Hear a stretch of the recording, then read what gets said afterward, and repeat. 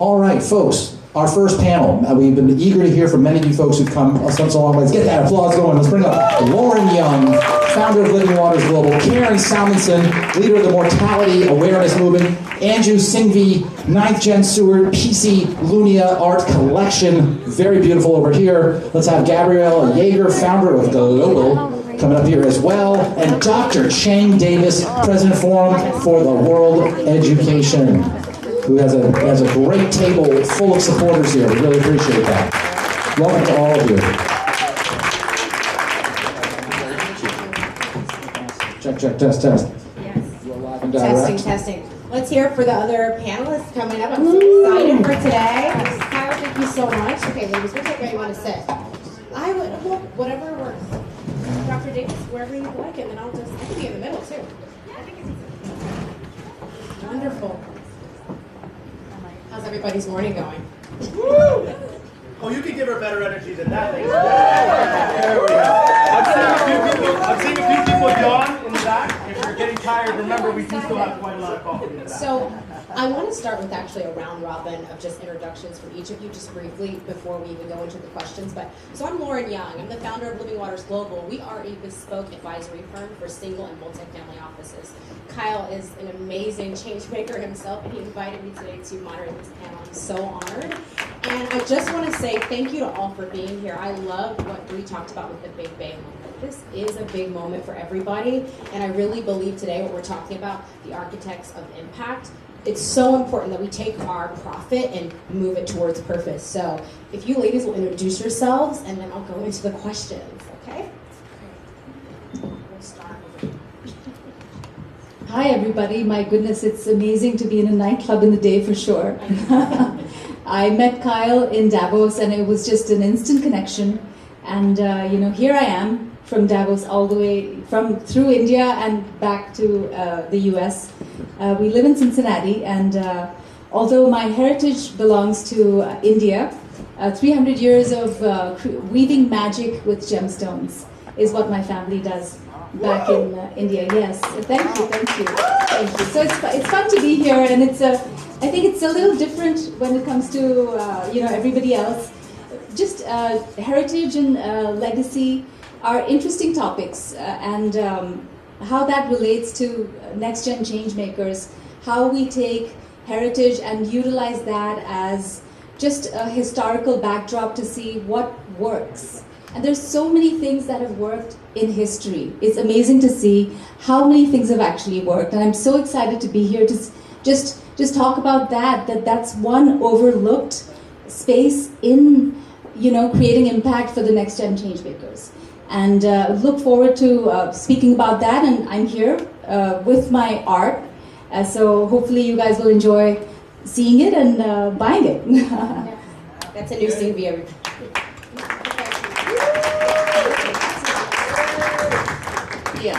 My name is Cheng Davis, and I came to the United States in 1981, before you born, okay?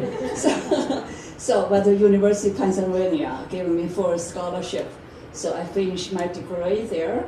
Then I working for Penn and Drexel University as the vice president. Then I work for Columbia University. Now we built up the Forum for World Education, which we care about American education. So work with 17 countries together to make sure we learn from another country and beneficial for American education. And this forum is specifically for business people to talking about education, because they know exactly what kind of the people they want to have. So this forum and also promote education diplomacy. And we concerned education can make a difference, and the people can talk each other, learning each other. Then we make the world more peaceful. So this is what we are doing.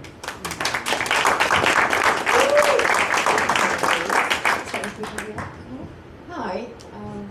Is that working? Okay, yeah, good. Okay, I'm Gabriela Jaeger, co-founder of Global Changemakers. Woo! That was cut there. I met Kyle a couple of weeks ago at a dinner with my dear friend Dr. Cheng. And I'm the founder of an organization that basically supports young people to change the world. So, you know, connection immediately made. Hi, everybody. I'm Karen Salmansohn, and I know Stacy from way back. We were just reminiscing.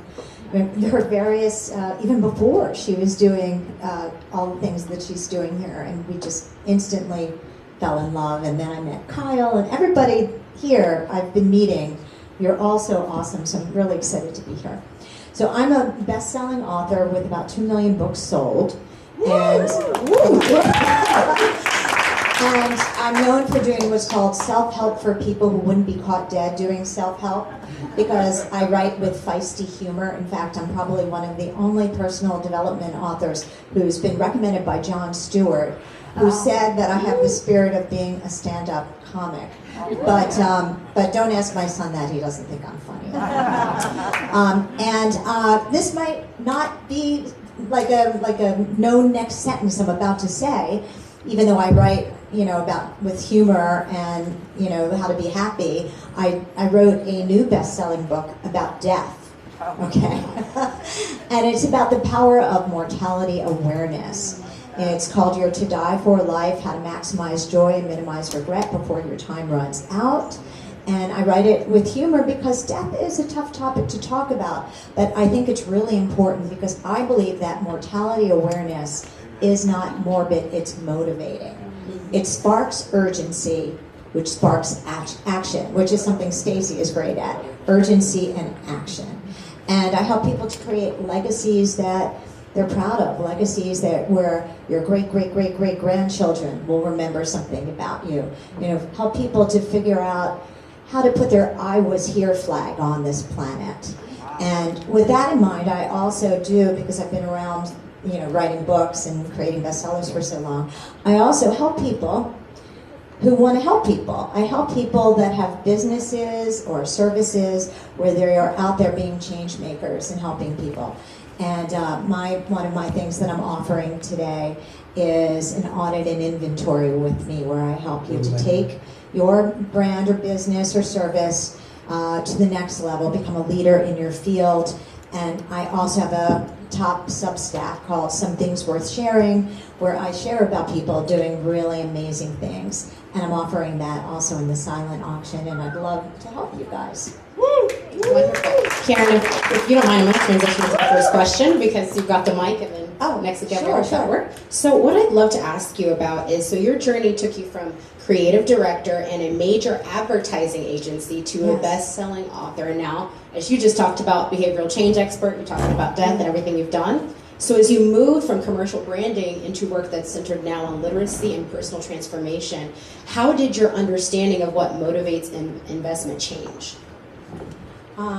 Well, actually, the same things that you think about with products. The reason why I quit advertising was I didn't want to use my skill set of understanding psychology and how to motivate somebody to buy a toothpaste for something as low level as buy this toothpaste. I wanted to use my skills to help people to think in new ways.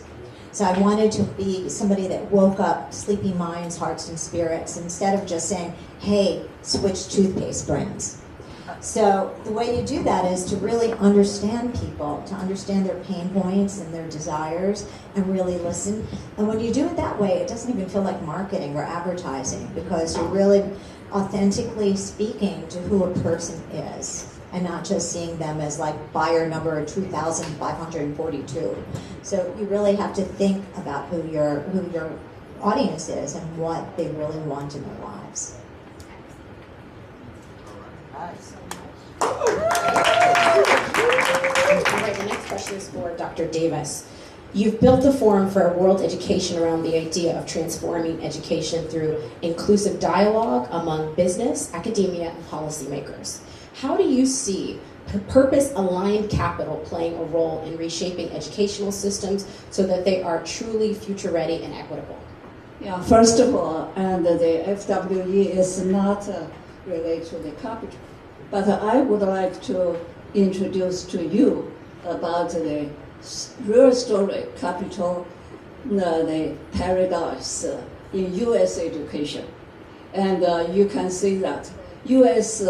And per student, we put down 20,387 per student. Education spending, 5.8 GDP.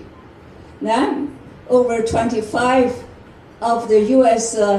Adults perform at a level or below in literacy and level 1 to 5 scope.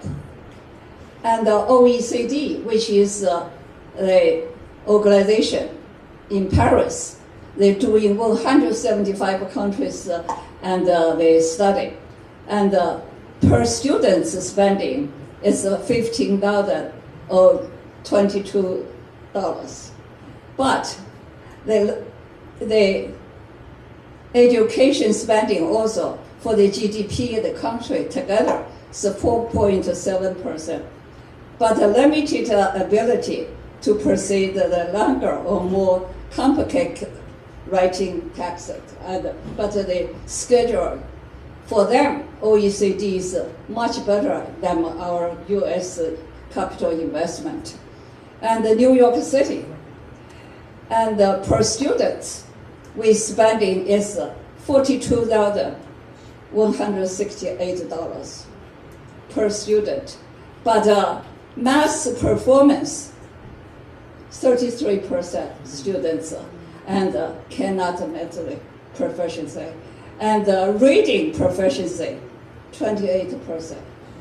This is and high investment does not produce incredible education outcomes. And this is very serious information.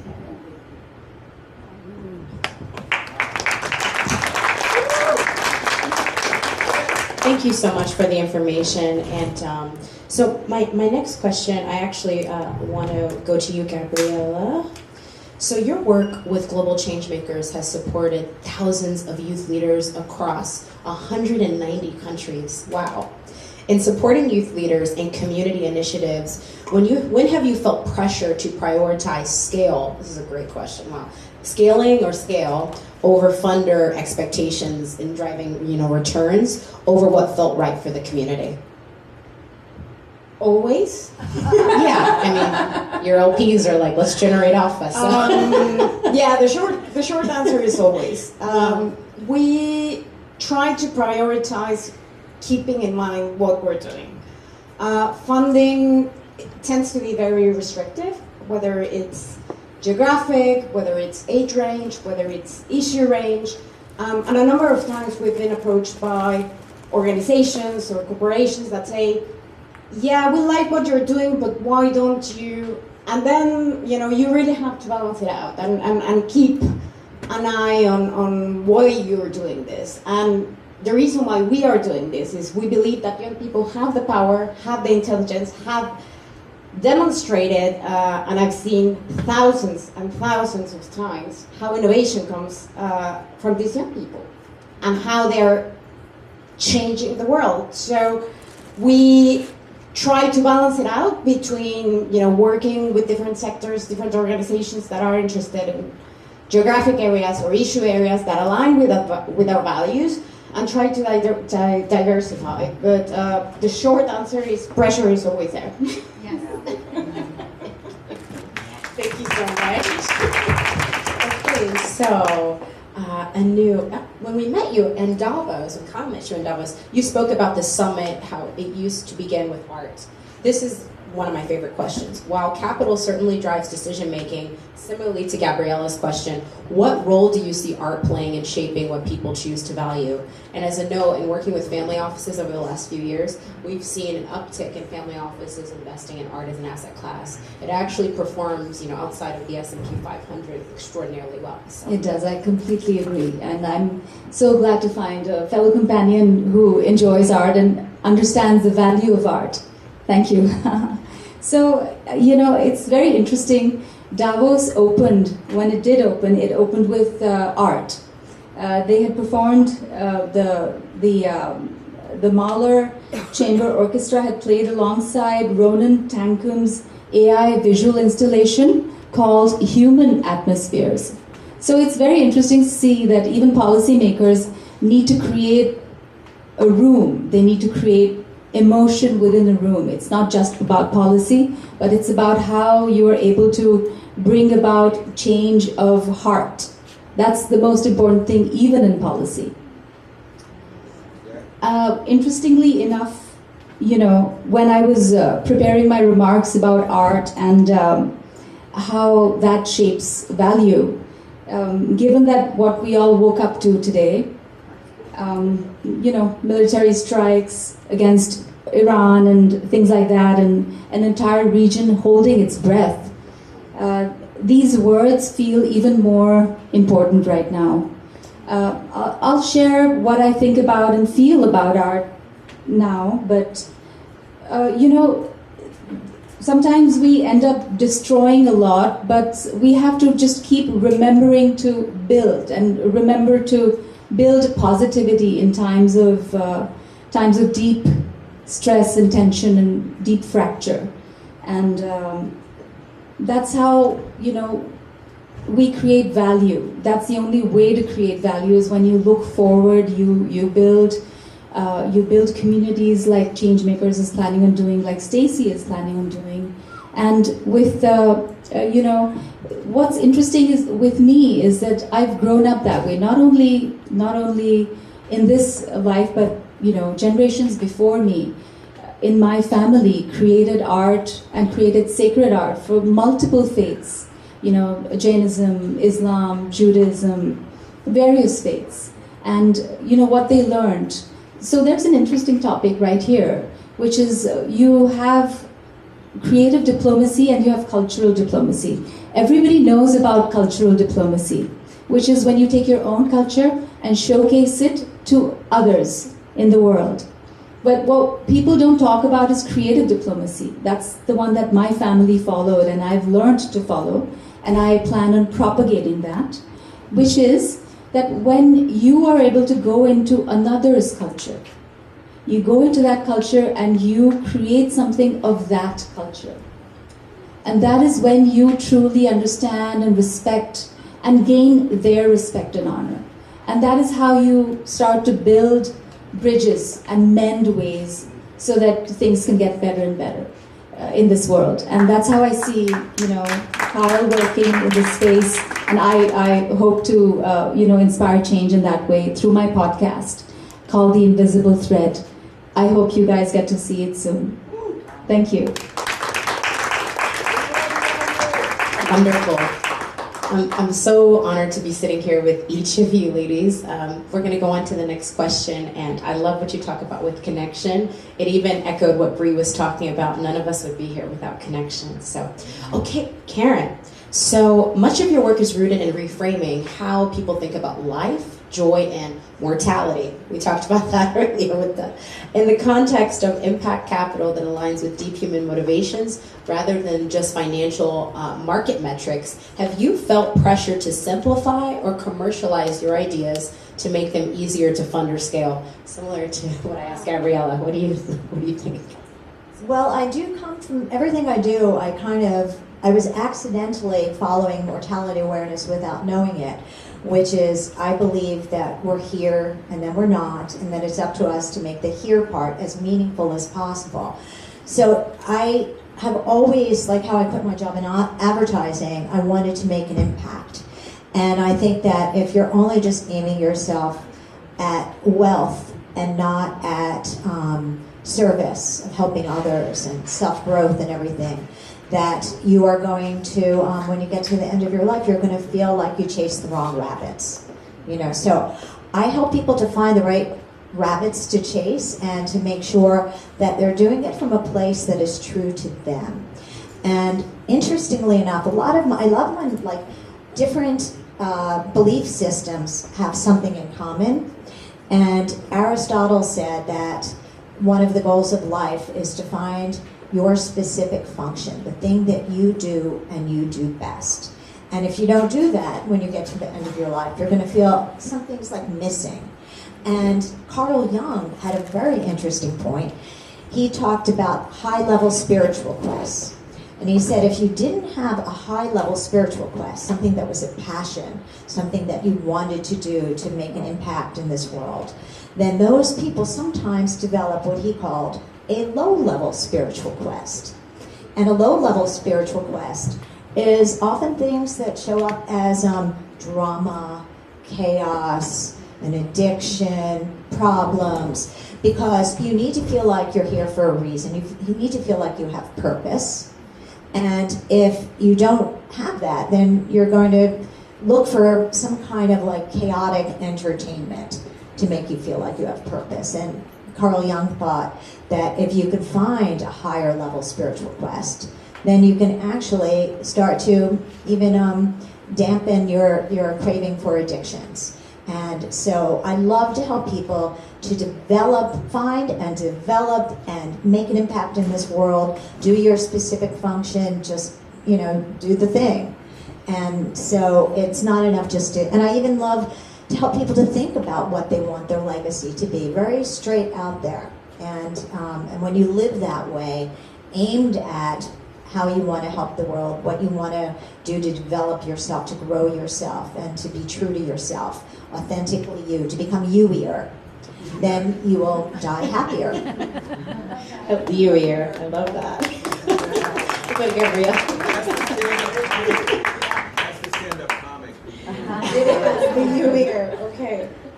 So looking back, Gabriela, what shifts have you noticed in how funders view youth-led initiatives compared to when you first started? This is a great question. So looking the last decade or so, what's changed with Almost investors? 2 decades.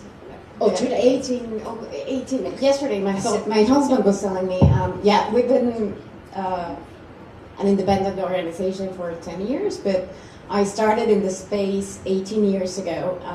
We were one of the first programs to actually give funding to young people to run their own change-making initiatives globally. It has changed. I do see sponsors, funders trusting more young people, with the results that we've shown, seeing that young people are not only capable, but sometimes way better positioned to change the situation of a community for a number of reasons. It has changed. There's still a massive gap, especially in very underprivileged areas, certain geographic areas in the world, certain subjects. There is a lot of restriction in sponsors thinking, oh, we're only focusing on this area or this subject. So there is a massive gap, and there's also a very, very important gap. Like I see now sponsors going into giving tens of thousands, 20 of thousands to young people that have done something, that have proven something, but those young people had to start somewhere. And I think what needs to shift is understanding that this needs to be normalized. Every single young person in the world has the capacity to do something, to change a world that is in massive peril, and we all know that. We woke up to terrible news today in the morning. So what needs to change is understanding that this needs to be done, like education. It needs to be part of who we are. We need to support young people and older people, and basically anyone that has any intention to improve. I love that. And we have to. I was telling Kyle, he had his birthday party not too long ago, and we talked about this, but I started my first business when I was 21. Living Waters is my third company. My first business could have done much more had I had the resources and the understanding from not only investors but partners. So what all of you are doing is very important, and with that we will go to Dr. Davis next. So Dr. Davis, education responds to long timelines. While capital often seeks quick outcomes, how do you help navigate through that tension in practice? Before answer your second question, I want to make up something for your first one. Please, yeah. Go ahead. No. And the funding structure shaped the opportunity for the gaps. And in the US, I have to tell you, local property tax funding the school and the wealthy people has a better link than the resource. And also, disadvantaged the community receive less benefit. Okay, and at the same time, you can say, Ray Dalio, and a very famous person, what he said about American education. The top 40% of the wealthy American average spending 5 times more on their child's education than the bottom 60%. Then, and you can say this, the wealthy district and more school resource, and also more opportunities for the students. But and the low-income district, and the limited resource, and few pathways. Wow. And that is opportunity gap, not accidental. Yes. And you have to, they are built into how education is funded in our country. So how we invest. Thank you. Oh, okay. Education reform require long-term horizon. Oh, education reform require long-term horizon. And I give you one example. British country and Britain, long-term math reform, but our kids in US cannot do math. But the British also find the problem, but they are find the way to solve the problem.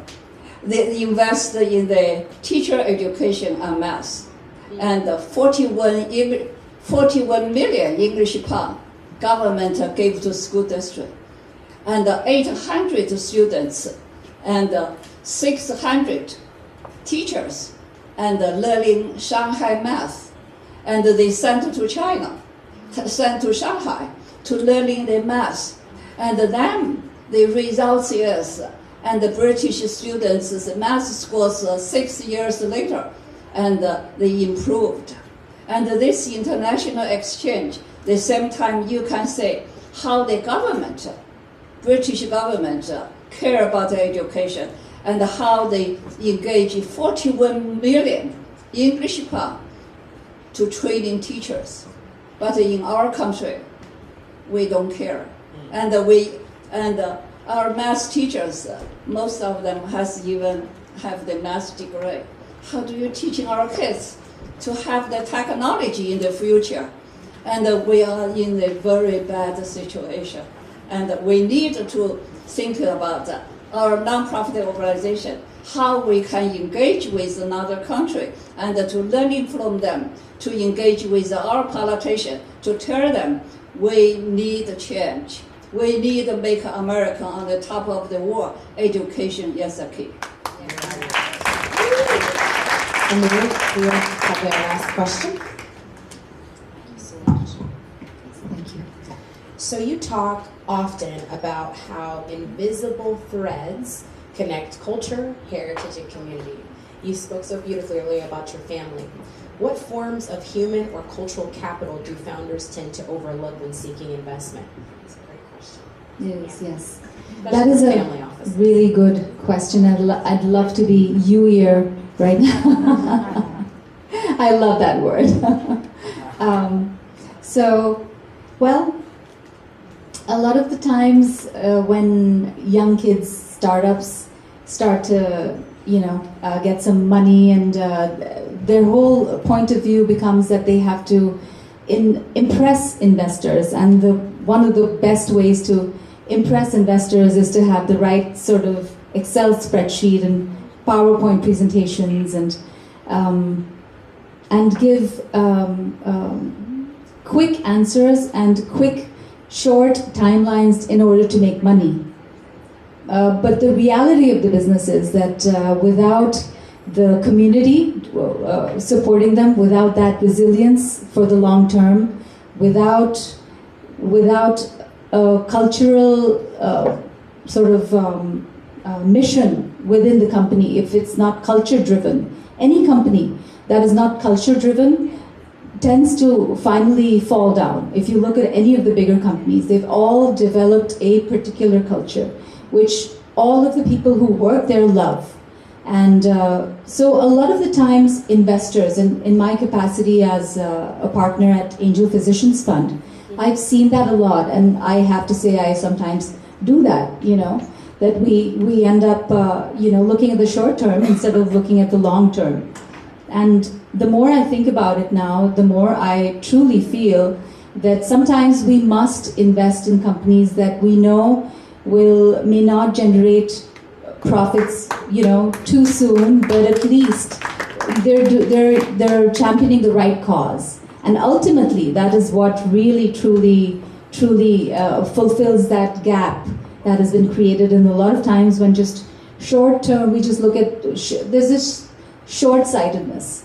In that way, I feel like a lot of countries have been able to, some countries have been short-sighted, but certain countries have been able to create this beautiful architecture. For example, Oman, it's just coming from the top of my head. But they have certain rules. If you look at the entirety of Oman, the architecture, they have rules where it's almost all white. Only certain heights can be, taken. The buildings can only go a certain height, and there's so it's just the way they've done. They've kept a bird's eye view of everything. It's not as if just because one community is prospering, therefore there's more development there, or there's taller buildings there. It's just a uniform space, and when that happens, when everybody is taken care of, there's beauty that comes up for the whole, and that is what is. That's what should happen for capital as well. Beauty should come through finances, through investors as a whole, towards all different kinds of companies, and hope all investors are able to follow that lead. Yes. Thank you guys so much for your time today. This has been Architects of Impact, and I just want to leave you guys with these words. Impactful capital and meaningful capital comes when we drive investment into not only generating returns, but making sure that we're giving young people a chance to show what they can do. So thank you guys so much. Myself and all the panelists will be around, and each of us have an offering, I believe, in the auction. And thank you so much to Stacy for letting us do the thing, and for Kyle. So with that, that's Lauren Young. Nice to meet everybody. So thank you so much.